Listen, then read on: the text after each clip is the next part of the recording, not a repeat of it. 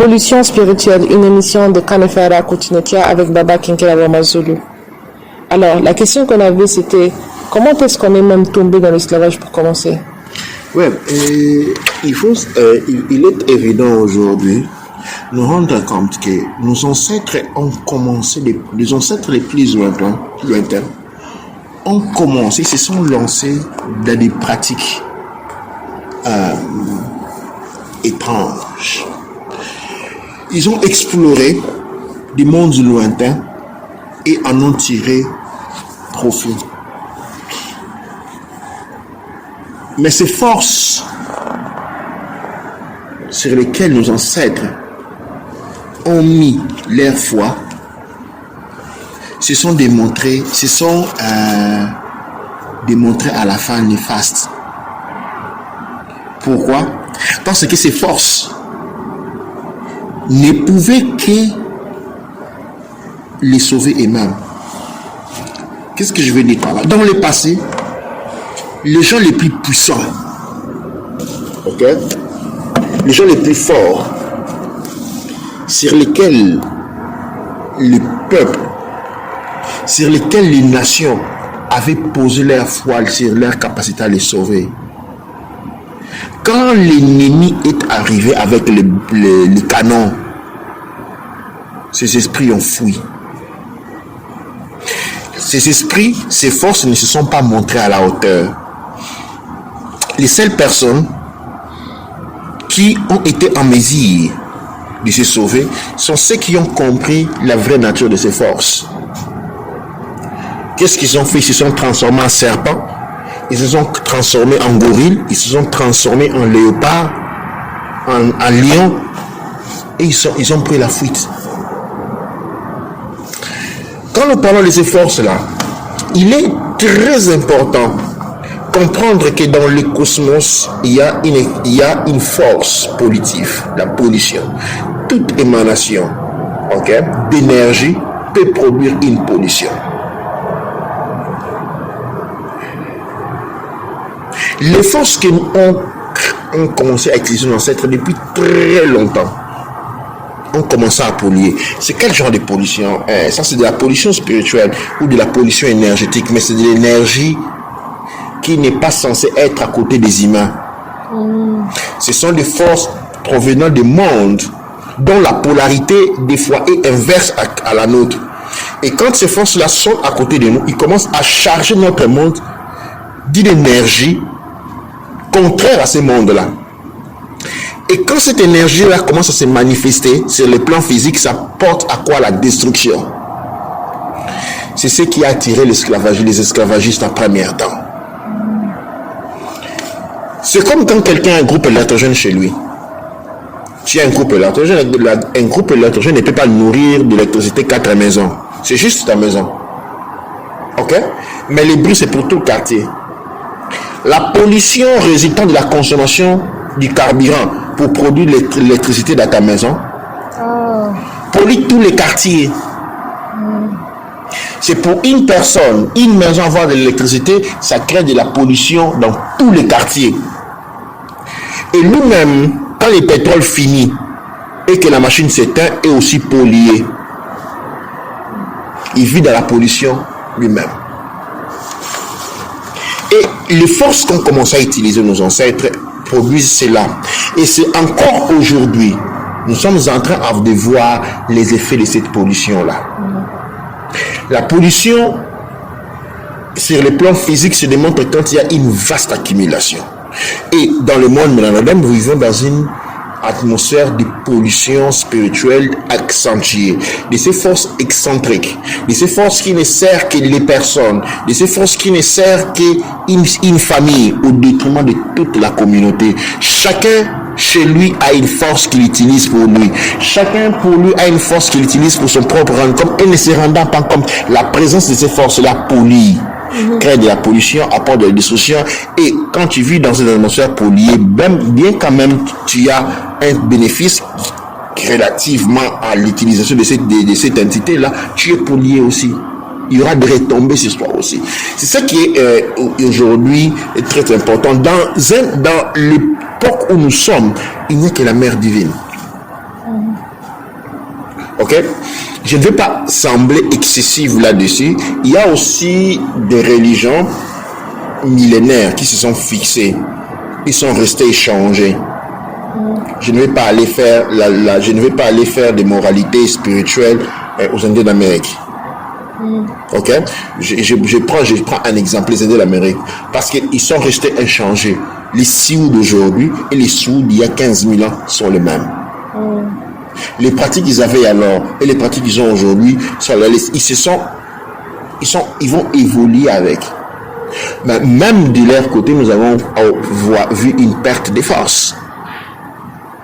Ok, nous avons vu une perte de force. Comment les Indiens américains se sont-ils laissés dominer aujourd'hui au point où ils sont éteints? Pourquoi les Nord Australiens, on parle de la religion de l'Australien indigène, leurs pratiques spirituelles, mais cela ne les a pas préservés de la destruction de l'Occident. Ok, il n'y a que l'islam. Moi, je dirais même c'est le spiritualisme qui est venu c'est venu ranger tout le monde. C'est le spiritualisme. Par exemple, quand tu parles comme ça, l'islam, c'est le seul parti où vraiment ils se battent fortement contre le spiritualisme. Mais il y a aussi le point qui est que, justement avec l'élément qui est que l'islam était très poussé avec les études des astres, c'était une religion qui avait aussi une étude scientifique. C'est une culture. Une culture scientifique plutôt, parce que quand on parle au musée islamique, quand on parle de musée arabique, de la civilisation arabe, on retrouve toutes les sciences aujourd'hui avec leurs persos. Quand on parle de la spiritualité Congo, il n'y a que les Ngunza. Où sont les écrivains? Est-ce que les écrivains Congo font partie de la spiritualité Congo? Non. Quand nous emmènons à la spiritualité Yoruba, on voit les babalao et les géographes et les poètes, les mathématiciens, les médecins, voyez un peu. Et c'est resté primitif. Alors, comme tu fais l'exemple dans l'islam, quand on voit les musées toujours sous l'égide ou sous le chapeau de l'islam, qui est une religion, on voit tout de suite la culture arabe. On visite, on voit dans la médecine, l'archéologie, et cette force a évolué, c'est défini. Ok? Elle s'est transformée en s'adaptant aux situations nouvelles, et de par cette loi-là, elle s'est conservée un niveau d'impréhensibilité, de compréhension. Mais les autres n'ont pas évolué. Ce qui signifie ils sont hors contexte, pour les dire, ok? La plupart sont hors contexte, et les forces que l'on demande à nourrir, on ne les connaît pas. Toujours étant que de la chute de l'Égypte antique, et une des causes de la chute de l'Égypte antique était justement ces forces-là. Quelqu'un dirait les Hittites ont porté à la fin de l'Égypte antique. Moi, je te dirais c'est la pollution spirituelle. En première lieu, qui est la cause. Parce que les Hittites, tous les restes, ce sont des effets. Si ta nourriture a pourri, c'est parce que tu ne l'as pas mis dans le frigo. Et ensuite tu as les mouches qui viennent. Ok, mais les mouches sont venues parce que toi, tu n'as pas produit cette nourriture-là. Ils ne sont pas la cause. Ce sont des effets. On doit maintenant aller dans la cause. Alors, comment pouvons-nous justifier le fait que nous avons autant de pratiques spirituelles? Nous avons les Yoruba, nous avons les Congo, nous avons les Paolo Mayombe, nous avons le Voodoo. Et comment expliquer on vit dans autant de pauvreté? Comment expliquer on vit dans des environnements démunis de tout? Des environnements très très sales maintenant aujourd'hui. Alors, si nous voulons faire une confrontation en termes de rituels, nous sommes ceux qui font plus de rituels. Ok, non? Et comment il y a une corrélation négative? C'est comme pour dire quelqu'un qui se réveille chaque jour pour aller travailler, et il se réveille à 4 heures du matin, il rentre à la maison chaque jour à 20 heures. Mais quand il est payé à la fin du mois, il n'a pas assez payé pour payer le loyer. Est-ce que tu travailles vraiment? Ou c'est quel genre de travail que tu fais, où tu commences à travailler à 4 heures du matin et tu finis à 22 heures, et c'est même pas assez pour payer ton loyer. Parce que si c'est vraiment vrai que tu vas quelque part où tu travailles de 4 heures du matin à 22 heures et que tu n'es pas bien payé, c'est-à-dire que tu es un esclave. Absolument. Tu es un esclave. Et c'est une remise en question importante. Cette remise en question nous impose de nous regarder de l'intérieur. Parce que je dois manger du fruit de mon travail. Et si mon travail ne me permet pas de manger d'elle, de dépendre d'elle, ça dit que je ne travaille pas. Mais si j'exerce une activité laborative, ça signifie que je suis un esclave. Attention, qu'est-ce que le monde ancien nous dit? Certains Dieu avait la pratique de mettre les hommes sous esclavage. Ils se nourrissaient de leur énergie, ne leur donnaient rien en retour. Et c'est là où nous devons commencer à être prudents.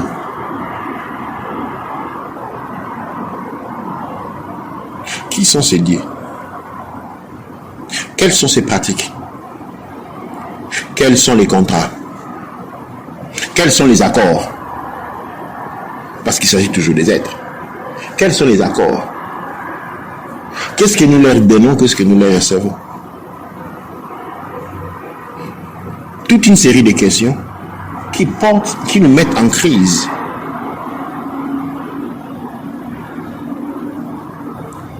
Quel est l'élément pour lequel nous nous distinguons aujourd'hui parmi tous les autres races? Rien. En termes positifs, bien entendu.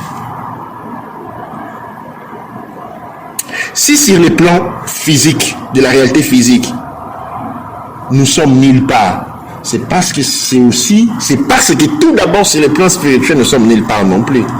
Alors si nous sommes nulle part non plus, les églises, qu'est-ce qu'ils font? Les Michérou, qu'est-ce qu'ils font? Les divinités, qu'est-ce qu'ils font? Qui sommes-nous en train d'invoquer réellement? Qui sommes-nous en train d'appeler réellement? À qui sommes-nous en train de parler réellement? À qui sommes-nous en train d'ouvrir la porte réellement? Et là, le mystère doit être élevé. Il faut une réforme de la spiritualité, de la perception de la spiritualité, de la religion et de la perception de la religion. Il faut une réforme culturelle. À résultat. En fait, moi je me dis, on en parle, on est ici parce que justement il y a eu le mouvement Sanko. On a parlé il y a eu les mouvements, il y a eu les films qui parlaient de Go Back to Your Roots, rentrer dans ce que vos ancêtres faisaient, dans votre ancestralité, rentrer dans ce que vous êtes vous-même. Vous devrez normalement être authentiquement, rentrer dans votre authenticité. Mais qu'est-ce qu'on retrouve, c'est que je peux expliquer un exemple, par exemple le Congo et beaucoup d'autres pays, par exemple on a aussi le Ghana, on a quelques autres pays qui, avec leurs leaders, ils ont décidé de retourner à l'authenticité. Par exemple avec le président Mobutu. Et si on voit très bien, c'est un des exemples, mais c'est un des très rares exemples où c'est toute la population qui essaye de rentrer dans l'authenticité. Maintenant, le problème en est, c'est quoi? C'est que d'où vient le problème? Du moment où on dit, ok, maintenant, le peuple ou la population va faire la même chose. Tout le monde va faire la même chose. Tout le monde va essayer d'être... C'est une forme, j'ai envie de dire, on a l'impression de parler d'une forme d'un communisme de toutes les manières. Parce qu'on parle le peuple est égal. Il n'y a pas un qui est au-dessus de l'autre. Donc on essaye de se retrouver dans ce que nous sommes réellement. Chacun avec son travail, il va recevoir ce que son travail va lui fournir. Mais on va tous être un. On va avoir un père, une mère. On va pas avoir je peux parler des Aïrois qui seront chrétiens, on va pas avoir des Aïrois qui sera autre chose. Donc chacun aura un père, une mère. Et donc voilà, et c'est ça qui devient très très important.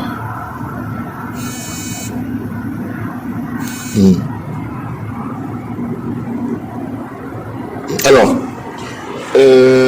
il faut comprendre une chose très importante. Dès l'époque du maréchal Mobutu, quand nous parlons du retour à l'authenticité, il y avait un problème. la ligne par rapport à la colonisation était très proche. Et la colonisation nous avait appris que l'homme noir n'avait pas d'écriture, n'avait pas d'histoire, n'avait pas de littérature. Donc, maintenant, malheureusement, on ne pouvait pas être autrement. Quand nous avons parlé du retour à l'authenticité, on s'est beaucoup plus lancé dans les folklores. Ok? On s'est lancé dans les folklores parce que nous avons été conditionnés à penser que nous n'avions que cela. Nous n'avons pas d'écriture, nous n'avons pas de littérature, nous n'avons pas de psychologie, nous n'avons rien. C'est ce qui crée la différence aujourd'hui. Aujourd'hui, nous savons que, culture ne signifie pas folklore, mais le folklore est un crime de la culture. Quand nous parlons de, aujourd'hui, retour à l'authenticité, cette authenticité-là comprend la littérature, comprend la psychologie, comprend la métallurgie, comprend la mécanique. Okay? Parce que pour déplacer un chariot ou un tonne de maïs, il faut des instruments mécaniques. Un chariot est un instrument mécanique. Donc nous sommes en train de parler de mécanique. Ok? Et nous parlons des recherches scientifiques. Vous voyez, il y a une image différente. Ce qui a manqué pendant les années 60, pourquoi nous avons été conditionnés par le fait que nous n'avions jamais écrit, que nos ancêtres vivaient dans des forêts, et on est allé à l'authenticité avec compromis. Donc l'authenticité primitive. On était dans une authenticité déjà compromis parce que cette authenticité-là ne se voulait que folklore. En fait, qu'est-ce qu'on fait? Il y avait un semblant de culte. Et puis, tout ce qu'il y avait, c'était de l'occidentalisme. Plus ou moins. C'était l'occidentalisme. C'était pas une fausse, mais c'est-à-dire, il faut comprendre cela par rapport à l'époque. Maintenant, nous sommes en train de rentrer dans une authenticité pleine. Dans une authenticité qui est pleine de la culture, qui prend en compte la littérature, qui prend en compte la poésie, qui prend en compte la mécanique et les sciences, la psychologie, l'ordre, l'organisation sociale, la programmation sociale. Tous ces éléments-là étaient inconnus de cette époque-là. Et donc, cet retour à l'authenticité avait les jambes courtes et ne pouvait pas aller au-delà. En fait, qu'est-ce que nous voyons? Elle a développé bien la musique. Avec les franco et autres. Ok? Maintenant, la question qui se posait, imagine s'il y avait la littérature, s'il y avait les sciences, s'il y avait la mécanique, imaginez ce qu'on aurait pu être en mesure de développer. Et nous revenons pour dire que la force existe. Elle existe, c'est comment l'orienter. Et un mécanisme de blocage, c'est aussi la spiritualité. On nous a orienté vers une spiritualité, je le dirais, pratiquement négative. Parce que je l'ai dit négative, non de par une critique, je l'ai dit négative de par les effets qu'elle produit. Elle produit la misère. Elle produit la pauvreté. Elle produit le non-développement scientifique. Les druides d'Osis, plus ce sont des docteurs en technologie, docteurs en thermodynamique, ils font des PhD. Nous avons encore des gens qui allument les faits, je ne sais pas moi avec quoi il faut bouger les choses. Non. Je ne dis pas que c'est mauvais. Tu vois? C'est dépassé. Premier point. Et maintenant, pour comprendre ce que je suis en train de dire, si on comprend que la spiritualité c'est de la science, maintenant rentrons dans la manipulation des énergies scientifiques. Imagine maintenant qu'est-ce qui se passé en Chine, au Japon, avec la fusion nucléaire. Fukushima. Qu'est-ce qui s'est passé en Europe avec une problème de fusion nucléaire? Tchernobyl. Ok? Ça, on le voit parce qu'on observe du point de vue mécanique. Mais la science, c'est la même. C'est ça la spiritualité.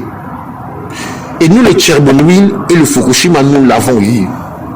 Par la manipulation des énergies sur les plans de l'énergie sur les plans spirituels qui devait être manipulé d'une autre manière ou qui ne devait pas du tout être manipulé au point où en toute l'Europe on a fermé les centrales nucléaires.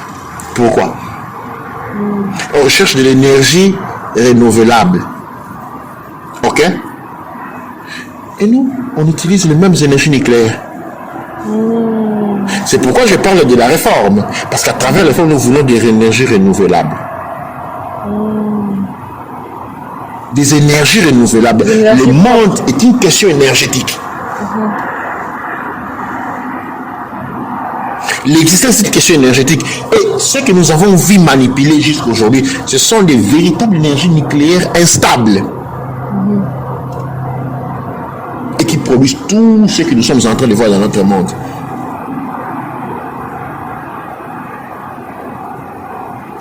Il est nécessaire une réforme de ce point de vue-là. Comme il a été fermé les centrales nucléaires, ces sciences, ces pratiques doivent être fermées, doivent être laissées.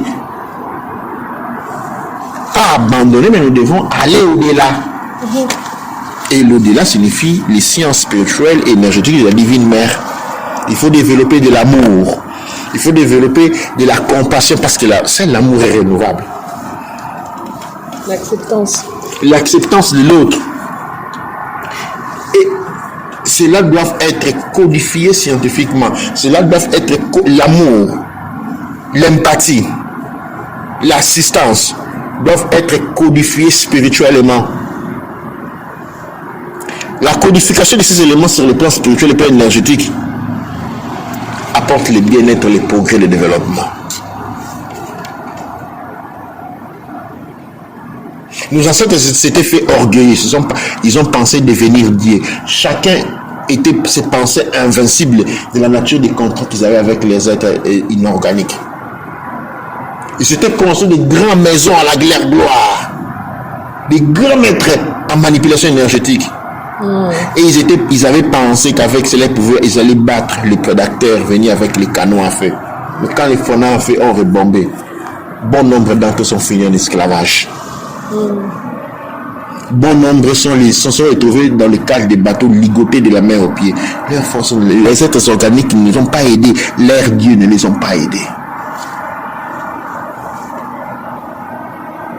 Ces forces pour traverser d'un monde à un autre ont été corrompues aussi. Elles sont devenues beaucoup plus négatives qu'elles étaient déjà auparavant. De véritables centrales nucléaires instables. Ça, c'est notre réalité de tous les jours. Ça, c'est les pays africains à tous les jours. C'est les plans spirituels, donc énergétiques, des centrales nucléaires instables. Et chaque fois, 1 litre déborde, c'est des dégâts incroyables. Ou pauvreté, misère, maladie, manque de souveraineté, tout le monde qui vient te domine, n'importe qui vient te dominer. Aujourd'hui, même ceux qui sont venus après ont plus de droits que la race noire. Les homosexuels ont plus de droits que les noirs. En fait, quand tu es noir et que tu es homosexuel, tu as des droits. Noir tout court pas. Noir africain encore moins. Moins. Mais si tu es noir, je vis dans l'immigration beaucoup pour avoir le document de vie, je suis noir et puis je suis aussi gay. Ah, ok, c'est bon. Ça dit même les gays ont plus de droits. Ça dit aujourd'hui même les gays ont plus de droits que l'homme noir. Mais qui nous reconnaît ces droits-là? C'est nous-mêmes, par commande et par nos pratiques. Un coup de Jasseneb. Je pense que c'était quelque chose qui est très très intéressant et très important. Et ça montre comment nous avons eu on était incapable de revoir, de se régénérer, parce que les énergies se régénèrent. Donc du moment où vous avez perdu le lien direct, il faut se régénérer. Du moment où vous n'avez plus ce lien qui est direct avec la source divine, vous devez créer un autre. Il doit se régénérer. Les choses doivent se générer. Et quand les maisons sont vieilles, on les abat. On construit de nouveaux. En reprenant les briques qui sont encore saines de ces anciennes maisons. Si vous continuez à vivre dans une maison ancienne, elle va vous crouler sur la tête. Elle a servi son temps. On abat l'ancienne maison. On récupère les matériaux récupérables encore en un bon état et on l'utilise pour construire une autre maison. La spiritualité ne fait pas d'exception. La religion ne fait pas l'exception. La culture ne fait pas l'exception. Ils obéissent tous à cette loi-là. Je me dis, il est temps que la spiritualité africaine fasse son lâcher-prise mondial. Une réforme. il est nécessaire une réforme. Et le Kouch Kamit Congo est justement dans la voie de la réforme. Nous n'acceptons pas les choses telles qu'il dit. Quand on dit, voilà les ancêtres, quels ancêtres? Nous posons la question, mais quels ancêtres? Ceux qui sont tombés en esclavage ou ceux qui ont foutu la pagaille en Égypte? De quels ancêtres voulons-nous en train de parler? Ils ont tué un système millénaire de 7000 ans. De 7000 ans, ils ont achevé cela. De quels ancêtres sommes-nous en train de parler? Quand nous parlons de divinité, de quelle divinité nous sommes en train de parler? Ceux qui nous ont laissés croupir dans l'esclavage ou ceux qui nous ont accompagnés de la colonisation? Ceux qui nous regardent mourir de kwashokor, ceux qui nous ont regardé être affectés par le sida, par toutes les maladies qui nous ont regardé, oui, ceux qui nous ont regardé mourir de malaria, de typhoïde, de pauvreté, de faim. De quelle divinité vous êtes en train de parler? Quelle? C'est la question qu'on pose. C'est quelle divinité nous devons parler? Vraiment, pensez-vous que votre père, qui vous a laissé croupir de faim, maltraité par la rue, pendant 30 ans, tout d'un coup, se présente en cravate et vous apporte chez lui? Non. S'il fait ce qu'il a l'intérêt sur vous, ce n'est pas par amour. Nous devons être en mesure de nous poser ces questions-là. Et c'est là notre plus grande faiblesse. Habitués aux rites ancestraux pour lesquels nous ne comprenons pas de nature, nous ne comprenons pas la signification, à continuer à faire des choses, à répéter des rituels, sans pour autant analyser cela.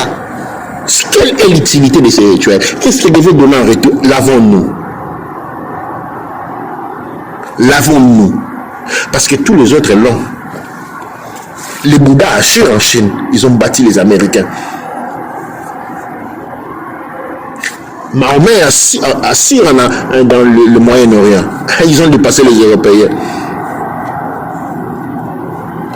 Et nous? Tant de nous poser des questions. C'est vraiment le moment de faire un examen intérieur. Impératif. Un examen de notre monde spirituel. De nos croyances. Impératif. Tous les rituels et tous les éléments que nous utilisons. Impératif. Il en va de notre propre survie et de notre lendemain, tout comme de notre dignité en tant qu'homme, parce que nous avons perdu tout élan, toute parcelle de dignité a été perdue. Regardez, on se comporte comme des animaux. On a perdu toute dignité humaine.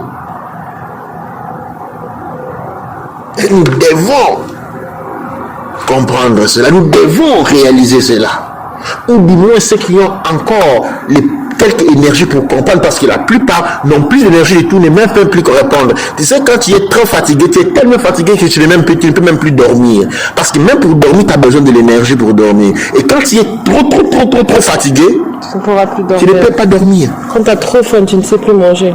Quand tu as trop faim, l'appétit part. Il y a des gens qui ont eu tellement faim qu'ils n'ont plus d'appétit. Il y a des gens qui sont tellement fatigués, tellement épuisés qu'ils ne peuvent plus dormir. Mais pour ceux qui ont encore un peu d'appétit, pour ceux qui ont encore un peu d'énergie pour dormir, c'est le moment de faire la réforme.